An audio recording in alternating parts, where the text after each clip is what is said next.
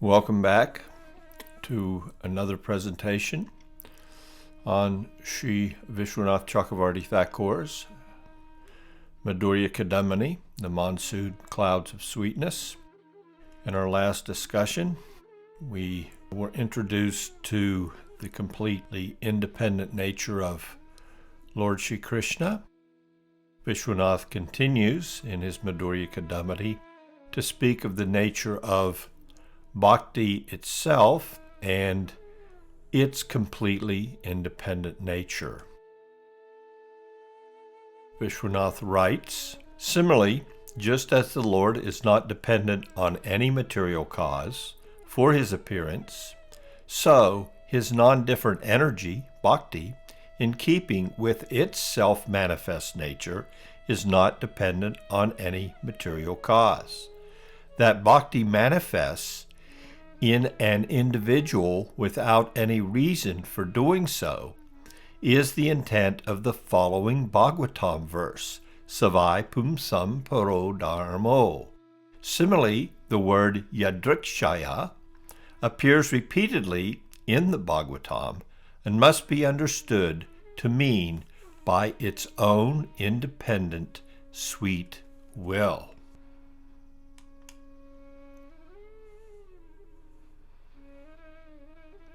This Bhagavatam verse appears at the very beginning of the discourse of Sutta Goswami to the sages of Namasaranya. In the second chapter, Sutta Goswami sings, Savai Pumsam Paro Dharmo, Yato Bhaktir, Adoksaje, Ahaitakiya Pratiyata, Yayatma Suprasidati. The supreme dharma for all human beings, sadhana bhakti, is that by which prema bhakti to the Lord arises, which is not caused by anything other than itself, cannot be obstructed, and which satisfies the mind completely.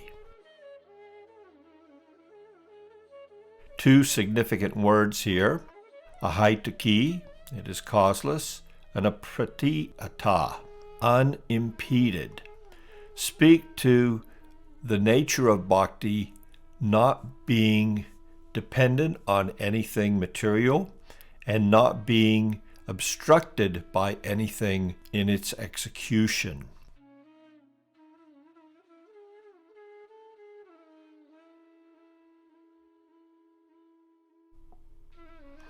Vishwanath is also drawn from the 11th canto of the Srimad Bhagavatam, two verses wherein Krishna is instructing Uddhava. These instructions are a recounting by Krishna of the instructions given to King Yudhisthira by grandfather Bhishma after the battle of Kurukshetra. Yadrichaya, by its own independent will. Yadrichaya mat kathadao, Jata Shraddhastuya Puban, Na Nirvino Nati Sakto, Bhakti Yogashya Siddhi Da. If by unexpected association with devotees one develops faith in my glories, that person, being neither very disgusted with nor very much attached to material life, is qualified for bhakti and will achieve perfection. Unexpected association with devotees. In the context of the use of the term yadrichaya, this instruction to Uddhava is given in the Uddhava Gita of the 11th canto. The Lord is speaking about the various paths of karma, jnana, and bhakti. So this verse speaks to the fact that if one is not too materially attached, so materially attached that he would be attracted to the performance of karma kanda for material advancement, and so materially disgusted or detached that he would take to the practice of jnana yoga for liberation, that person, if by chance, some great good fortune, he comes into the association of devotees, he can take to the practice of bhakti. Visvanatha also mentions another verse in his Madhurya Kadambini, again from the 11th canto. Asmil loke vartatmana swadharma styo naga suchi jana visudam apnoti madbhaktim va yadrichaya. Even while remaining in this world, a sinless person who performs his prescribed duties with a pure heart and without desiring their fruit can attain spiritual knowledge, or if lucky, yadrichaya, devotion to me. Once one has that good fortune, how is the process of bhakti, which is entirely spiritual, how does it enter into the life of one within material existence?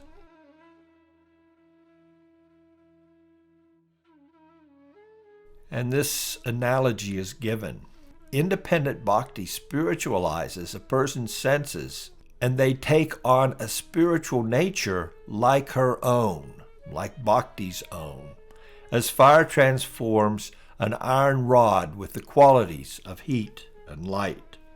So as the bhakta participates or engages in sadhana bhakti under good guidance, their material senses are spiritualized by the completely independent spiritual energy of bhakti.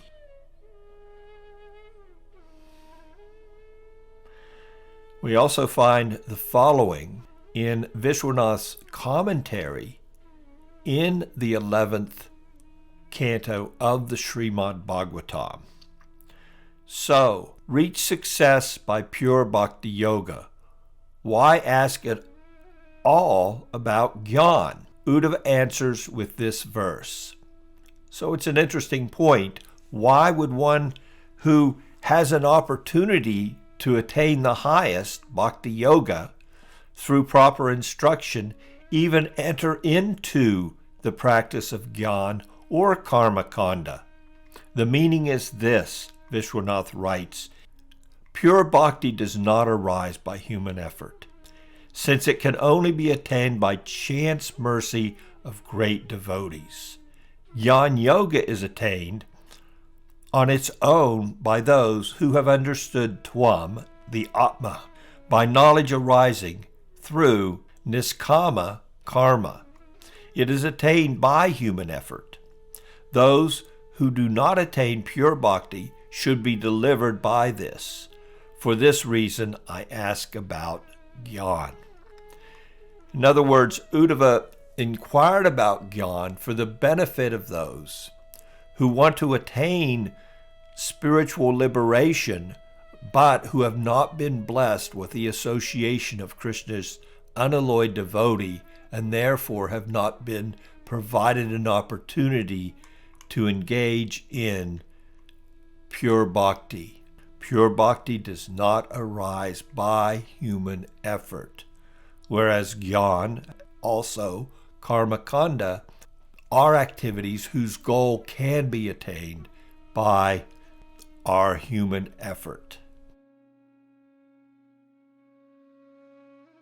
So a deeper understanding of the nature of this causeless energy of the Lord, bhakti, is provided by Srila Jiva Goswami in his Priti Sandarbha. In his Priti Sandarbha, he quotes the following: bhakti brings one near to the Lord. Bhakti makes one see the Lord. The Lord is under the control of bhakti. Bhakti is the greatest thing of all. So what is that specific quality of bhakti that makes the Lord become mad with his own bliss? It could not be Jivananda, or the bliss of the jiva, because that is a very minute amount of blissfulness. Could it be the Lord's own blissfulness from his Swarup, Bhagavat Swarupananda, the inherent bliss in the Lord's own essential being? Jiva writes that no, it is something even deeper and more profound than that. It comes from Bhakti Ananda, bliss of the Lord's own Swarup Shakti. So what is the nature of this Swarup Shakti? Bhakti Ananda. Bhakti is the bliss that arises from the Lord's internal energy named his pleasure-giving potency. For it is through this Hladini Shakti that the Lord experiences the joy of his own being and can be said to possess the attribute of joy. It is also through this Hladini Shakti that the Lord causes others to experience these joys. The Hladini Shakti can overcome him. As we continue on, we'll enter into a little bit of an esoteric understanding of the energies of the Lord. The three eternal energies, namely Hladini, Sandini, and Samvit, exist within the Lord's nature, for he is the possessor of all potency. What are the attributes of God? The Lord's Swarup, or his nature, is similar to the nature of the Jiva. It is eternal, Sat. It is full of awareness, Chit, and joyfulness, Ananda. Of course, his attributes are in an unlimited quantity, whereas those of the Jiva are extremely limited. Now, within this Chit Shakti, or the Lord's awareness, there are also three corresponding features which constitute what are referred to as his Swarup Shakti. Sandini, by which the Lord maintains his and others' existence. Samvit, by which the Lord knows about himself and causes others to know him.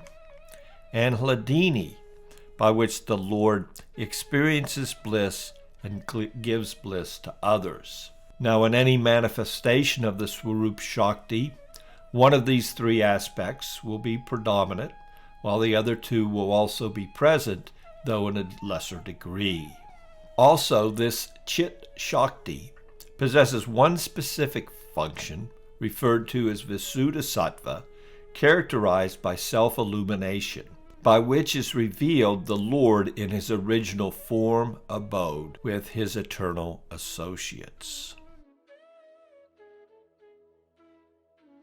Let's look a little deeper at this Hladini aspect of the Swarup Shakti of the Lord, coming within his Chit Shakti,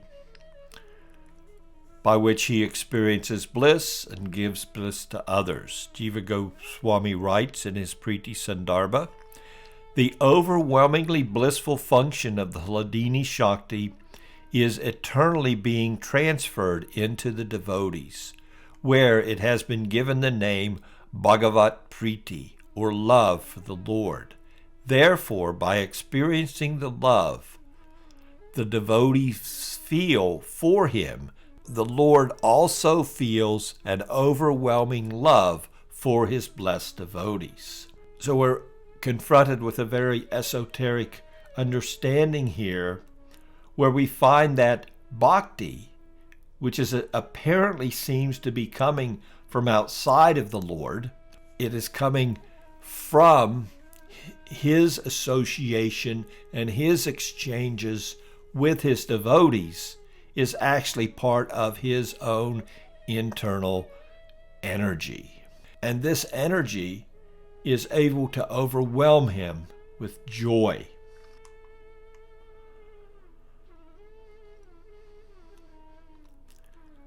We have the following verse spoken by the Lord to Dvars Muni to give us some further insight into the nature of this love and the deepness of the love that the Lord holds for his devotees.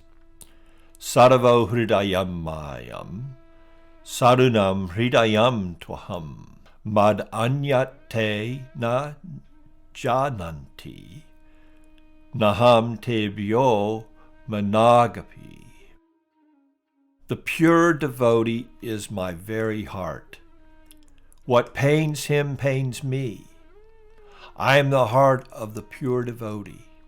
What pleases him pleases me. My devotees do not know anything else but me, and I do not know more than they do. This is spoken by the Lord to Durvas Muni. Durvas Muni had offended a dear devotee of the Lord, Maharaj Ambarish, and because of that offense, he was pursued throughout the universe by the Lord Sudarshan Chakra, and eventually he went to the Lord, wherein the Lord instructed Durvas into the deep love that he holds for his devotees.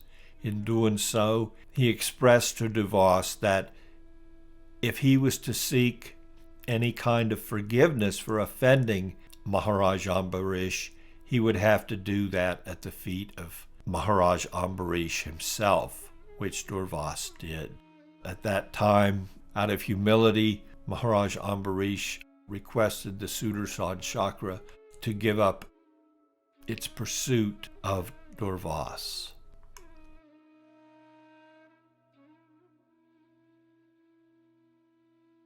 In his Priti Sandarbha, Jiva Goswami quotes the great Sridhar Swami as follows: O unconquerable Lord, though you are not conquered by others, you are conquered by your devotees.